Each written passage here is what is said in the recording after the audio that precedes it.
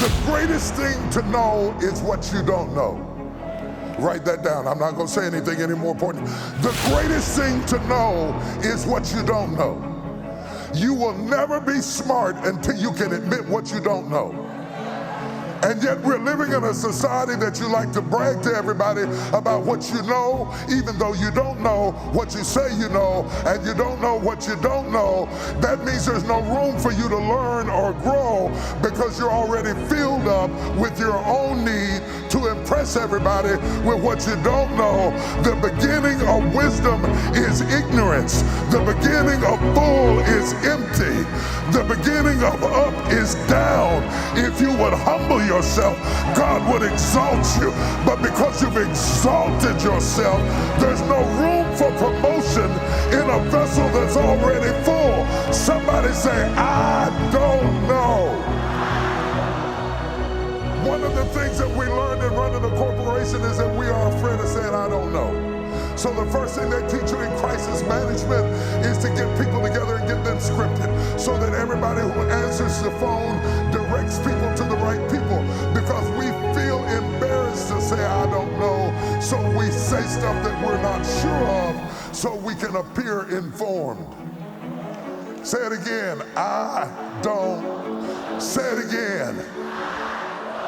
Say it again. The best doctors in the world are the doctors who can say to you, I would rather you say, the reason my father is dead today is because he went to a doctor who treated him for a long time and didn't know what was wrong with him until all chances of healing him were gone. And finally he says to him, when it is too late, I don't know. Not being able to say I don't know can kill a marriage, can kill a ministry, can kill a company, can kill a person. Your arrogance is a lethal weapon that ought to be registered, because you cannot say I don't know. A little moment for preachers. It is not what you know about the text that makes you a great preacher. It's what you ask of the text. If you come to the text as a fool, you will leave as a professor. But if you come to the text as a professor, you will walk away as a fool. Say it again. I don't know. For we know not what to pray for as we ought, but the Spirit itself maketh intercession for us with groanings and moanings that cannot be uttered. We don't know, we don't know, we don't know, we don't know. We don't know what it's going to be like. We don't know what's going to happen. We don't know what tomorrow's going to bring. We don't know how to live in the promised land. We don't know how to fight this kind of fight. We don't know Joshua like we knew Moses. We don't know where we are. We're in transition. And when you're in transition, nobody has to say anything for you to be irritable. You're irritable because you're scared. You're irritable because your norm has been shattered. You're irritable because you're in a nebulous place. You're irritable because you have landed in the city, but you haven't checked into the hotel.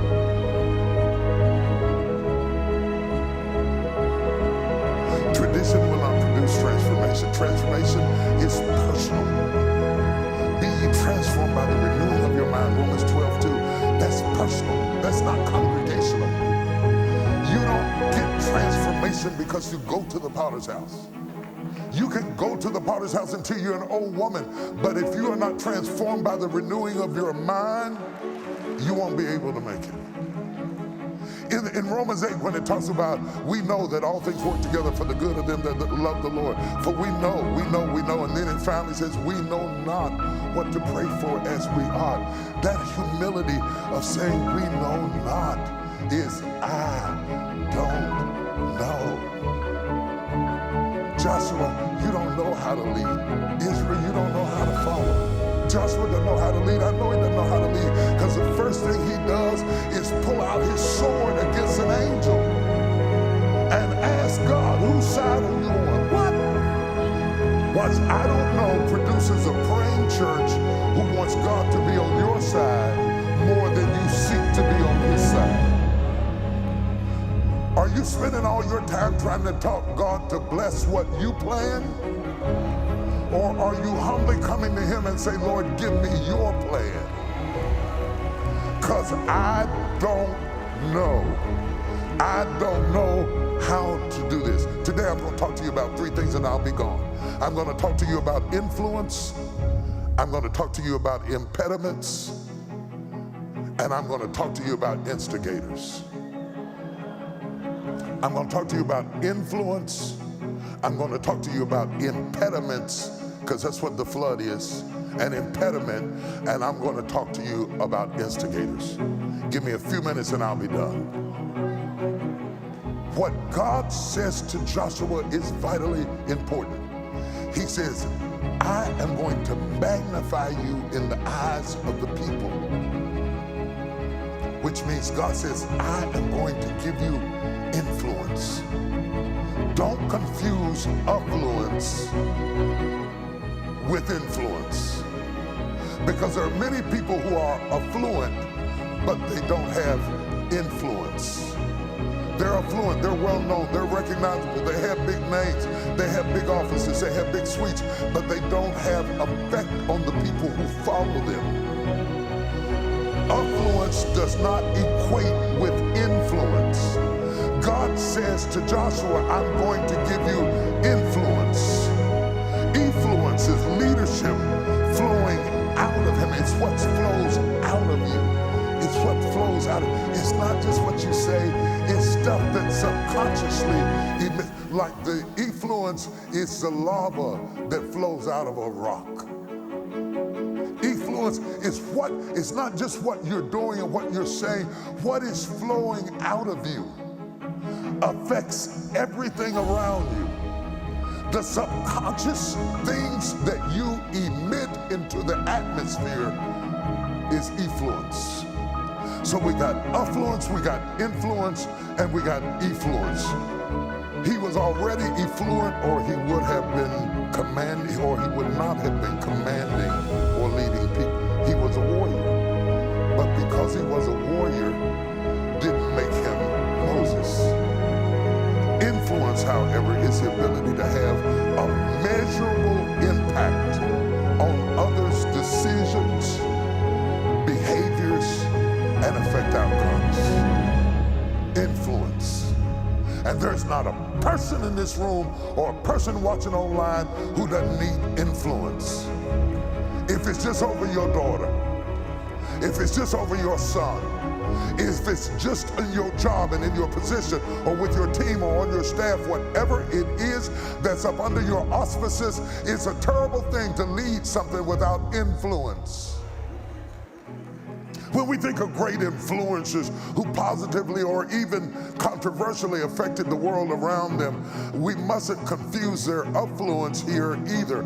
In reality, many influencers may not have been affluent at all.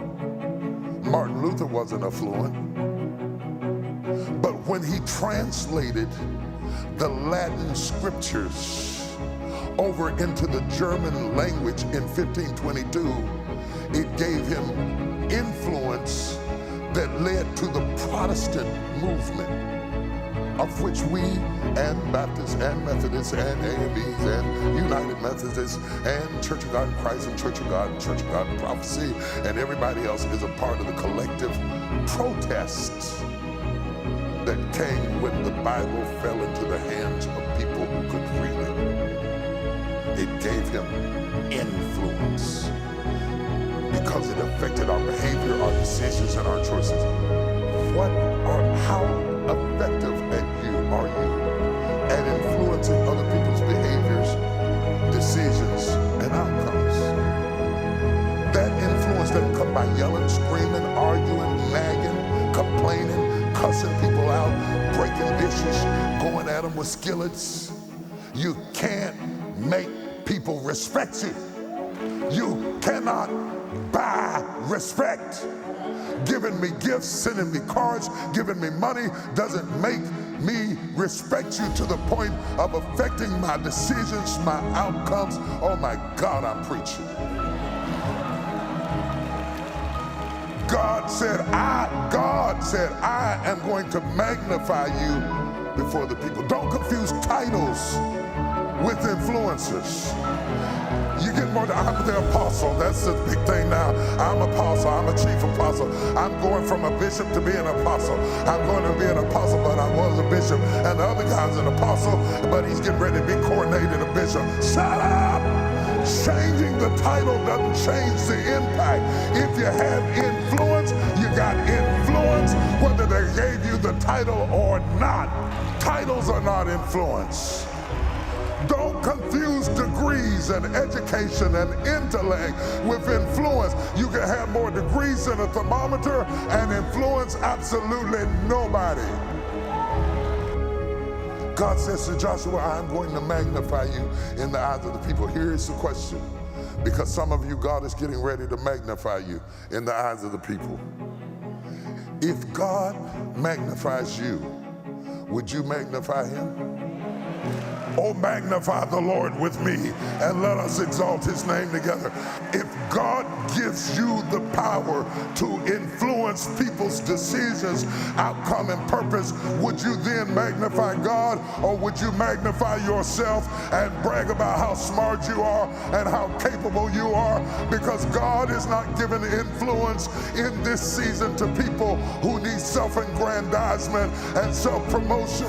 God is giving influence to humble people who will lay on their face before God and say, to God be the glory for the things he has done. Are you in the building? Give me some power on the mic. Are you in the building? Are you here in the building? Are you in the balcony? Are you up there in the balcony anywhere? Are you online anywhere? Is there anybody left that God can magnify you and you will remember